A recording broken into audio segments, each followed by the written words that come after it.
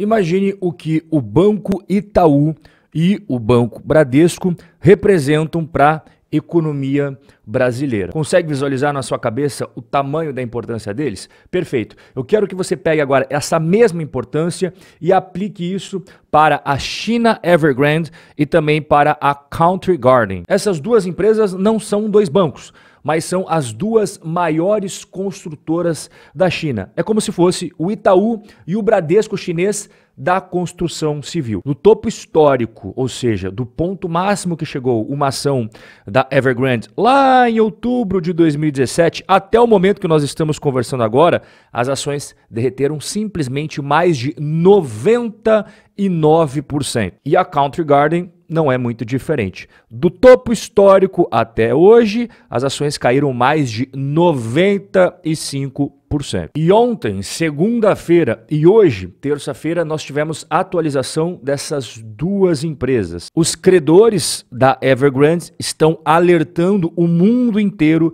para uma potencial liquidação. Um banco de investimento e um escritório de advocacia que representam os credores, ou seja, aquelas pessoas que têm dinheiro a receber dos empréstimos da Evergrande, disseram ontem que o cenário mais provável é que a Evergrande seria liquidada numa audiência de encerramento em Hong Kong no final deste mês de outubro e que isto provavelmente irá levar ao colapso descontrolado do mercado imobiliário chinês. E hoje, algumas horas antes da gente trocar esse bate-papo na terça-feira, a Country Garden, que é a maior construtora da China, admitiu que pode deixar de pagar contas no exterior. Então vamos se aprofundar sobre o maior temor que existe hoje na China, que a crise da Evergrande, que a crise da Country Garden faça os chineses perderem tudo. Hoje, o que você encontra nos noticiários da Evergrande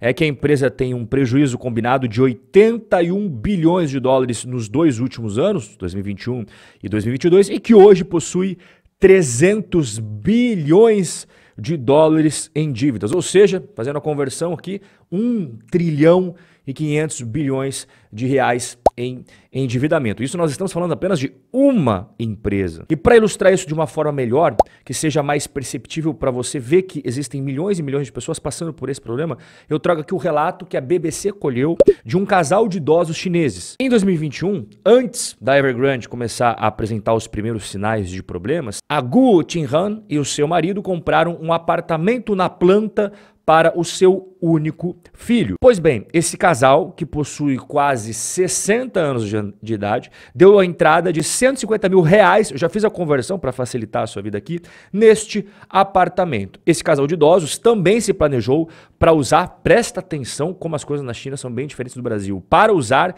75% da sua renda para pagar o financiamento imobiliário, a hipoteca.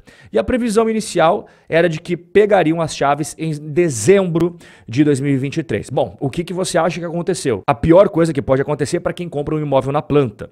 Poucos meses após a compra, as obras foram paralisadas. Vimos a estrutura principal sendo construída e de repente ouvimos que a Evergrande estava ruindo. Depois, a construção foi interrompida. Essa idosa fala aqui que usou a maior parte do dinheiro da aposentadoria dela para pagar apenas a entrada e que agora ela está obrigada a pagar a hipoteca pelos próximos 30 anos. Só que ela está sem um imóvel, né? E a maior preocupação dela, assim como de outros milhões de chineses, é: não queremos acabar sem nada. E veja como o mundo dá voltas. Poucos anos atrás, a Evergrande era o orgulho da nação chinesa. Essa gigante imobiliária foi, durante algum tempo, a maior construtora da China, até ela passar o bastão para a Country Garden. E se teve um ícone que ilustrou a era dourada da Evergrande, foi exatamente o esporte dos brasileiros. O futebol se tornou um espelho da prosperidade da própria construtora. Ricardo Goulart, Elkson, Aloysio Boi Bandido, o Robinho são apenas alguns dos brasileiros que jogaram no clube que é propriedade da Evergrande. De 2011 a 2017, o Evergrande ganhou simplesmente 7 títulos nacionais seguidos no futebol chinês, inclusive 2 Champions League, dos países asiáticos, graças, é claro, ao dinheiro que parecia não ter fim para pagar o salário de grandes astros do futebol latino e também do futebol europeu. Em abril de 2020, a cereja do bolo. A Evergrande lançou em Guangzhou um novo estádio de ultíssima geração com capacidade para, pasme, 100 mil espectadores, com um custo de 1 bilhão e 800 milhões de dólares. É esse estádio que eu estou mostrando para você. É claro que ele não está assim hoje, afinal de contas isso são imagens do projeto. Aqui seria por dentro do estádio, como que seria. Só que o colapso do mercado imobiliário chinês trouxe junto a bancarrota, o próprio futebol chinês. 39 clubes de futebol profissional faliram. Das 16 equipes mais importantes da China, 11 eram propriedade de construtoras. O Guangzhou Evergrande,